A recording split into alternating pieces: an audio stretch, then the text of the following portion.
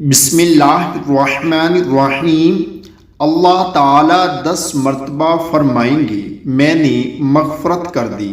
حضرت سلمہ رضی اللہ تعالیٰ عنہا سے روایت ہے کہ میں نے عرض کی یا رسول اللہ صلی اللہ علیہ وآلہ وسلم، مجھے چند کلمات بتا دیجئے مگر زیادہ نہ ہوں۔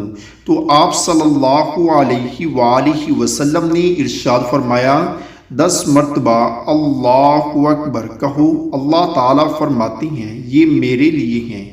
10 مرتبہ سبحان اللہ کہو۔ اللہ تعالیٰ فرماتی ہیں یہ میرے لیے ہیں، اور کہو اللہم اغفر لی، اللہم اغفر لی، اے اللہ میری مغفرت فرما دیجئے۔